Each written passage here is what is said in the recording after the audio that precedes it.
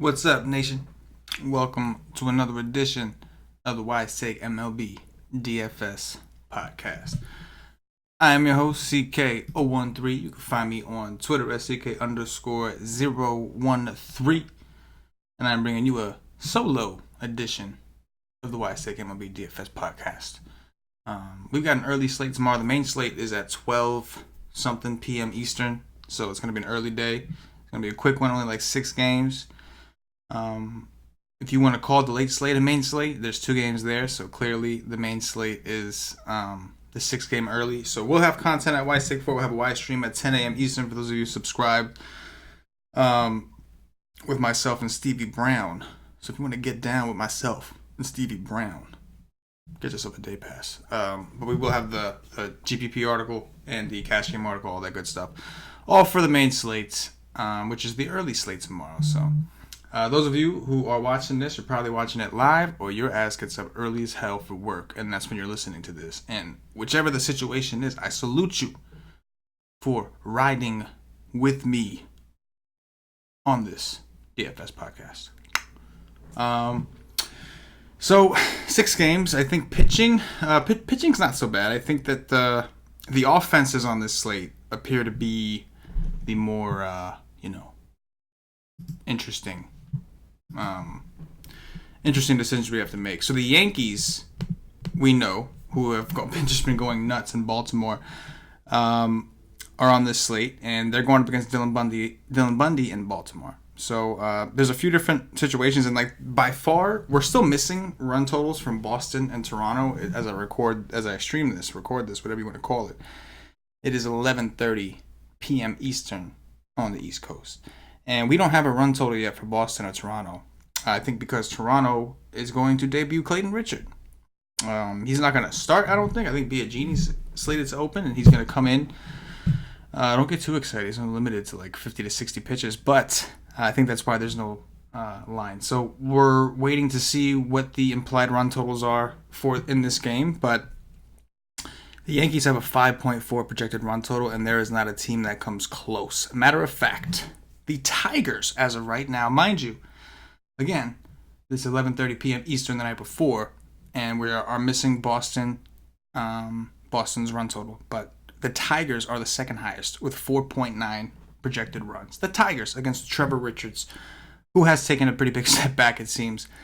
So the interesting thing is that there's a lot of offenses that aren't necessarily in great spots. Like, they got the Cubs, but they're against Aaron Nola, just for example. But there's a lot of good weather from what I see. Number one, let's get this out the way. It's supposed to be 87 degrees and 51% humidity in Baltimore. Those are awesome hitting conditions. And to make it even more awesome, there are 10-mile-an-hour winds projected to be blowing out to center. So if that holds true, will be a tough fade if you're trying to fade the Yankees. I respect it. I respect the game. Respect the game theory. I understand. Getting different. Trying to leverage. All that. Beautiful. Will be very, very tough. The good thing is, if you are looking to pivot, a lot of these other stadiums have decent hitting weather. Pittsburgh's going to be 80 degrees, 66% humidity, 11-mile-an-hour winds blowing out to like left field. A little more first to third, but still kind of blowing out towards left. And the Cubs game. So as of right now, the Phillies are projected for 3.7 runs, and the Cubs are projected for 3.8. A little surprise, it's going to be 71 degrees, so it's nice baseball weather for there. But there's 13-mile-an-hour winds blowing out to right field. We saw there were similar winds, maybe a little stronger, that were blowing out to left today. There were a ton of runs in that game. And the run total was like inflated. We had Cole Hamels pitching. I don't even remember who pitched before. It didn't matter. Cole Irvin. And I'm surprised to see this total open so low. So curious to see if they move this around. It is Lester and Nola, 2 of the quote-unquote better pitchers. Nola for sure. Lester, not really.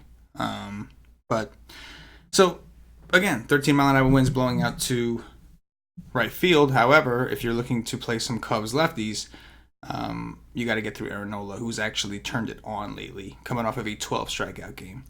But anyway, just want to give you guys a quick slate overview. Let's break down some of these pitchers. Starting off with cash games, I think some people may make an argument for Boyd. I understand it, but I'm going Strasburg. Scherzer was awesome against the Mets today. Was perfectly fine as a cash game pitcher. Arguably, it was arguable if you needed him in tournaments or not, but yeah, I think in cash games, he was a pretty solid way to go. The Mets did win this game 6-1, which is pretty wild. Awesome for me as a Met fan. But Scherzer did pitch very, very well, and he was in there. Looking at the Mets' projected lineup, Robinson Cano may have got hurt. I think he tweaked a hamstring or something. He finally hustled and pulled a hamstring. I don't know the full story, but Jeff McNeil did not play. He had an injury. Brandon Demo's been out. Conforto, I don't think is coming back till Friday. So they may not have any lefties. I think we got like Carlos Gomez playing. We've got Todd Frazier playing. We've got who hit a home run today? Raji Davis is up from the minors. And from in a tournament, if you want to come off that and just maybe, you got a bunch of these guys that were literally sitting on, some AAA couch yesterday that are up here now and way past their prime, and you think they're just going to give everything they got. Then in the tournament, maybe you can make an argument. But in cash games, I'd probably just go straight to Strauss. I think Boyd is good, and I think what he's doing is awesome. But I'd probably go to Strauss. Next, if money isn't a thing, and that's going to depend on if you want to play the Yankees, and I have a feeling you're going to want at least some Yankees in your cash games tomorrow, just because of how popular they're going to be. Like, you don't want to get beat by not having them. They've been surprisingly low owned over the last few slates. I think everybody kind of thinks, including myself, everybody anticipates them being chalky, so they kind of go a little underweight. And we're finding that these people are just not willing to come off those starting pitchers. And so we're kind of seeing like the other night Verlander was pitching and he had an awesome game. But the Yankees ownership was low because people were trying to play Verlander, and it was hard to stack the Yankees if you played Verlander. If you were a member of YSEC.com, hopefully you watched the strategy session, which is still available for you to watch. If you are a member and you haven't seen it, you need to do yourself a favor. Go over there and watch the video. Strategy session is included with your membership. If you got a day pass, you got that day to go watch that thing. So make sure you take advantage. But we always preach about the 5 and 4 man stacks, full correlation, all that good stuff. Anyway, yeah. So Strasburg would be the guy I'm rolling with. As far as SP2s, you're probably going to want to try to save some money. I totally understand that. Based on the Vegas totals, I think some people may elect to go with like a Lester. Maybe some people pay up for a Tanaka. It's going to be tough to save money at this position in cash. Just everywhere you're going, you're taking extreme risk. You got Richards against the Tigers. Well, the Tigers are projected for 4.9 runs. And Miami's a pretty big underdog. Steven Matz against the Nationals is also an underdog. He only pitched 81 pitches in his last outing, which was planned. He pitched well, but 81 pitches. That's a lot. 81 pitches is a lot for 3 2/3. So did kind of linger on a little bit. Didn't walk people, though. So there's guys that you would maybe... I think Lester is probably the lowest most will go. Maybe they consider Lyles. Oh, I guess so. Damn. Maybe he will. Lyles look good. He's looked real good. Damn. Then again, the Padres make everybody look good. But he did have a good game against St. Louis. I'll give him that. But 8,500, you're still kind of paying up. There's not really saving a ton of money. So in cash, you're going to have to do the dirty. Try to figure that out. I think that as of right now, Lester's got the better run total against the Phillies. I think the Phillies are currently projected for 3.7 runs, which is really low. So right now, I kind of lean towards going that way, but I don't like Lester, and I realistically very rarely play him. And if there are winds blowing out, I don't care if they're blowing out the right field. If this wind's blowing out, I want nothing to do with it. So maybe we're better off looking at Lyles. Tough decision. We'll see what Stevie's on. Stevie does our cash game stuff tomorrow. Curious to see his take on his P2. Again, you're going to need some value. So expect some of these value hitters that open up, like one-offs, to be extremely popular because people are going to want to pay up and they're going to want to get some Yankees exposure. I think, again, the Yankees have just not been that popular. I keep thinking they are. Like, one player will be like Gary the GOAT tonight was popular, but the rest of the Yankees, like Gleyber Torres, it was a big slate, so ownership was going to be spread out, but Gleyber Torres, I think, was like 12% owned or something like that in some of the contests I was in. And, it's just kind of wild. So I think again, people were prioritizing their pitchers, trying to get Cole, Scherzer, and I totally get it. It won the night before. But anyway, tournament approach, I still like Strasburg the best. Again, I'm sure Boyd will be fairly trendy. Miami's kind of been heating up, if you want to call it that, like for them. I think Boyd's been doing great. A little worried about Boyd, though. I think looking into some of his numbers, there's some regression coming. He's looked awesome, and I do believe that he's improved. We saw some of that regression hit against Houston, even against Oakland, 2 home runs. So that's kind of the regression we're expecting. He gives up a lot of fly balls. He gives up hard contact, and his home run to fly ball ratio was really low. So we kind of expected that to come. Now, don't get me wrong, guys. When I say something like that, and some of y'all are going to be like, oh, I'm going to go look for regression everywhere I go. It's good to know the guys that have regression coming so that when you see the signs of it, you know when to back up. But if you just spend the whole season, 162-game season, chasing regression, progression, whatever you want to call it, it's going to be a long season. But stick with the guys who are playing well. Stick with the guys who are hot. Boom. Drop it like that. But, so Matt Boyd, I think if anything, I might be interested in some of the Miami bets and tournaments. If that goes wrong, it's just variance. Right, Joey? Anyway, Nola, I'm a little worried about with the Cubs. Cubs are tough to strike out. He's coming off of an awesome game. Threw 106 pitches, which is the most he's thrown, I think, all year. And he's typically a guy that pitches better at home. I know, tell that to Milwaukee, who rocked his ass. But normally he pitches better at home. And with the winds blowing out and the Cubs having guys like Anthony Rizzo, Kyle Schwarber, so just guys that have enough power to where if the wind makes an impact, which again, we're going to want to check the wind tomorrow. If the wind makes an impact, it's going to be risky playing Nola. So don't love it. Even Tanaka at this point is ballsy. One of the problems with the Yankees pitching in general is like the ceiling is you're never going to really know what their players' ceilings are. You know what I'm saying? Because look what they do to their pitchers. Tanaka, 88, 73, 95, 74. In 73 pitches against Tampa, my man put up a 28 on DraftKings. 73 pitches. Let the man throw 100. Let him throw 100. But they trust their bullpen. So much respect to the real baseball world. I get it. They have a very good bullpen. But that always makes me hesitant to take a Yankee pitcher unless it's like a Paxton or somebody that I know is going to get the Ks. The other issue, of course, is we just talked about how good the hitting environment is. And Baltimore, for some reason, plays well against the Yankees. It's like that's just like the one team that they just don't want to get beat up by for whatever reason. Maybe you can make an argument for a double paydown if you are trying to 5-man stack or fully stack the Yankees, 4-man on FanDuel, 5-man on DraftKings. Then you may have to come down to this tier. You may be looking at a Lyles Lester or something of that nature. And depending on who you're trying to get into your lineups, I think that that's going to determine, how far down you can go. But I do personally like Strasburg. It's going to be tough for me to come off him. I'll probably try to make him work in all formats. Before we go on to hitting, I'll say this. If you want the ultimate leverage play, this is a good transition into hitting because the Yankees are going to be the chalk. You want the ultimate leverage pitcher? You got Stones. You got Stones. You got marbles.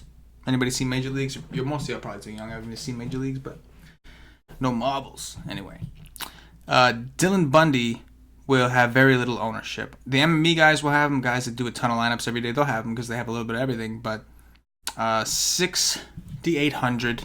So it'd be pretty easy to play Strasburg with a guy like him. You're probably not going to want many Yankee bats. At least I would hope not in this situation. But that would be a leverage move. Again, like there are circumstances where I like to do things like this. And this is a situation where I got to look into more. If I did, it would just be pure game theory.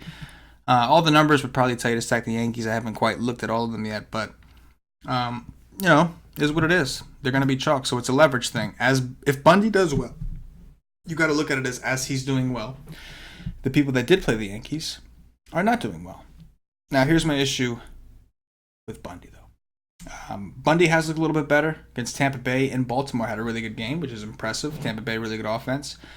Against the Angels, wasn't as bad as it looked. Put up a 5, but that's because he couldn't get him to strike out. That's the Angels. It's very hard to get them to strike out. Then he played Cleveland, who just looks lost this year. 7 Ks, 5 and a third, no earned runs, just 1 run, but it wasn't earned. 3 hits, that's it. But he threw 118 pitches. And that worries me a little bit for a guy like Bundy. You know what I mean? By far, the most he's thrown all season. At the beginning of the year, he struggled. I'm very worried about this. And again, going back to my point, while Bundy would be the leverage play if you're doing MMEs or you have a ton of teams to work with, it's going to be hard not to want to get exposure to the Yankees. It's going to be very, very hard. So maybe we will have to come off and try to find 2 cheaper guys to get so we can get a full Yankee stack in. But if you're doing 3 teams, probably want at least 1 Yankee stack. if you're expecting the Yankees to be chalk again, a couple things to keep in mind. Number one, we got to see what lineups come out. These are a lot of day games, getaway days so some of these stars, especially catchers, are probably going to get days off. So just keep that in mind. Gary could just DH, but just keep that in mind. Let me get Bundy out of here. Not the guy I wanted to leave. But another viable thing here is going to be, I think, Miami. They've been playing well. They have a lot of lefties. There's 16-mile-an-hour winds blowing out to left field. So both sides, the Detroit and Miami side, I think are going to provide some value, like to work in with those big stud Yankees and whatever studs you may want to get if you're into the wind. Even the Cubs, like Rizzo's 4.9, Bryant's 4.3. They're not cheap. Baez is 5.2. So you're going to need some value regardless of what you do.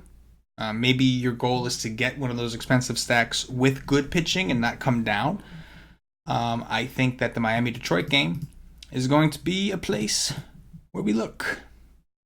Ronnie Rodriguez, man, too bad his price is high. This dude's a beast, man. But yeah, it's going to be against a lefty, a fly ball guy. And believe it or not, Miami doesn't strike out a ton against lefties. At least their normal lineup. We'll have to see what lineup they put out tomorrow. But they don't typically strike out as much as you'd think against lefties, probably because how heavy or how right-handed dominant they are as a team. But yeah, so that might be a place that we look for some value.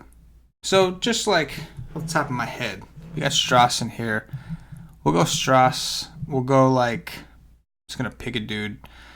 We'll go Lester, I guess, or Lyles. Right? That sounds better, right? Lyles, yeah, sounds better.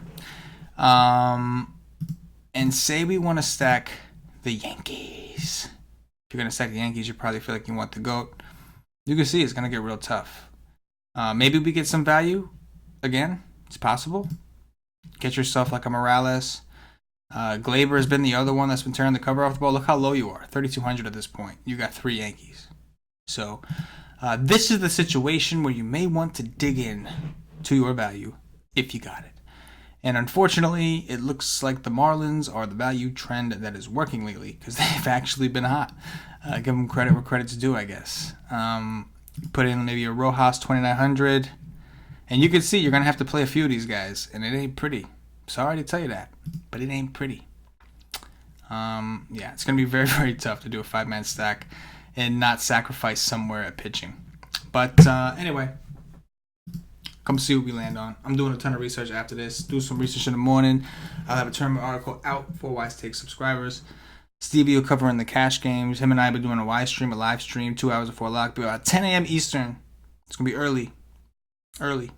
Me and Stevie are going to break down this slate after we've done our research. This show, obviously, as much as I enjoy talking to you all, is a first look. Yeah, and I think that's about it. I think I'm done talking about this slate right now. Yeah, I think I'm done. With that said, we'll go ahead and do a little cash game core. And then I'll do some top threes. And I'll do some dong watch. I'll pick some home runs. I won't forget this time.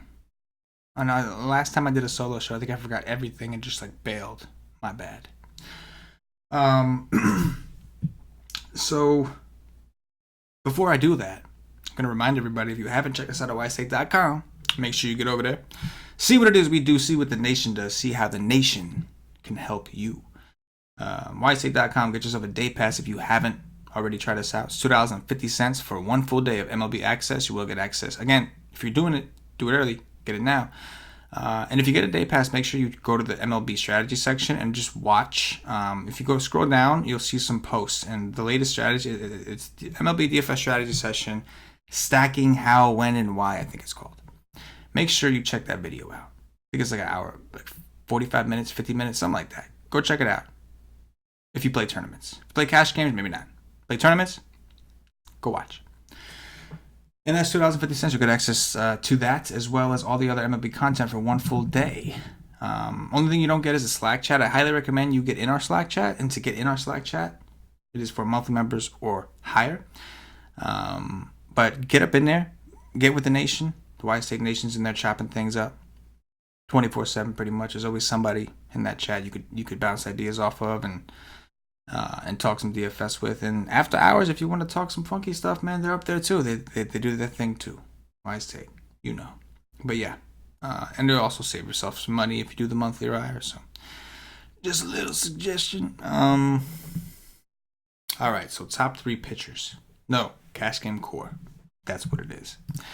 So for this video, we're going Strasburg. I'm just going to plug Lester. Even though I want Lyles, I'm doing this as an example, and that $200 feels like it's going to make a difference because I'm going to try to jam some Yankees in. Can't go too crazy, but for value, I'm going to pray that Morales. Nah, you know what? I doubt Morales is going to play because Romine's going to. If Morales plays, Gary probably won't, but. Or Voit, right? That's a sticky situation. I hope Morales plays because he would be a nice value. But I think Glaber at this point is somebody that we kind of have to go. Or Gary, I mean, on FanDuel, Glaber's your guy, I think. And on DraftKings, do you go with Gary the GOAT again? I mean, he's just beasting. So I guess we'll go with him. I think he'll be popular enough. In terms of value, bang. Starlin Castro, second base, 2,700. My dude hits a ton of ground balls. He is way past his prime, but he's batting 4th for the Marlins. He's going to see a lefty, and he's going up against a big-time fly ball guy. So 2,700, I'm expecting a 0. He gives me anything over that, and I'm happy with that. He allowed me to get Gary the GOAT with Lester and Strasburg and some of these other guys. That's how that works. You understand? But again, check out Stevie Brown's article tomorrow, whysave.com. Top 3 pitchers. Strauss number 1. This is difficult. All I really like is Strauss. Strauss number 1. We'll go Lyles number 2, and I'm a little iffy on that. I got to dig in on that. I'm a little worried about him coming off such a great game, but I shouldn't be, right? Play the hot hand. I just said it, didn't I? And then number 3. I guess Steven Metz for now. 7,300. Not a FanDuel play. Because in FanDuel, he's almost guaranteed. Well, he's a longer shot. If he is on this limit of 80 pitches still, he's going to be a long shot for him to get the quality start. And so I would not recommend you play him on FanDuel. DraftKings, he's 7,300. He went 3 2/3. If they raise him up to 90, he was able to get 12. It was against Miami. Give me a break. But aside from Rendon hitting a bomb, maybe. You know what I mean? So yeah, for a tournament spin, I'll just throw his name out there. Top 3 stacks. Number 1's the Yankees. Boring chalk. I know, boring chalk. Number 2, I think, right now, I mean, I think we have to consider the offenses in the Detroit game. I'm going to go with the Cubs anyway, as my number 2, assuming that there is wind blowing out to right field. If that wind dies down, then there won't be much value there, I don't think, against Nola. But I do think that Nola may keep the ownership lower on these Cubs because they're expensive, and Aaron Nola is a good pitcher. But it's all about the wind. And then number 3, I think I'll go with the... I want to go with the... Well, realistically, it's really the Yankees, Miami, Detroit right now. That's probably it, right? Because those are the teams that are going to help you afford the Yankees. So, yeah. I'll leave it like that, dropping 7s. Home runs. Who's hitting a home run tomorrow? Look at some of these prices. Josh Bell, 5,800. Rendon's probably hitting a home run tomorrow. I know I had Matz as my 3rd tournament pitcher, but Rendon's probably hitting a home run tomorrow. I'll choose him. I'm not going to choose Glaber or Gary, even though they probably will. Just because it's no fun that way. But I think I will go with Rhys Hoskins. I like that. I think Rhys Hoskins is homering off of Lester. And let me go back up here. There was someone I wanted that I came up here before. And just Mookie Betts. There he is. Mookie Betts against his bullpen. Let's go. Clayton Richard probably only going to throw a couple innings if he is the guy. Hoskins, Rendon, Betts. That's expensive, right? Maybe I shouldn't use Betts because that's just expensive. Oh, you know what? Why don't we go with a Marlin, right? Why don't I try to pick a Marlin?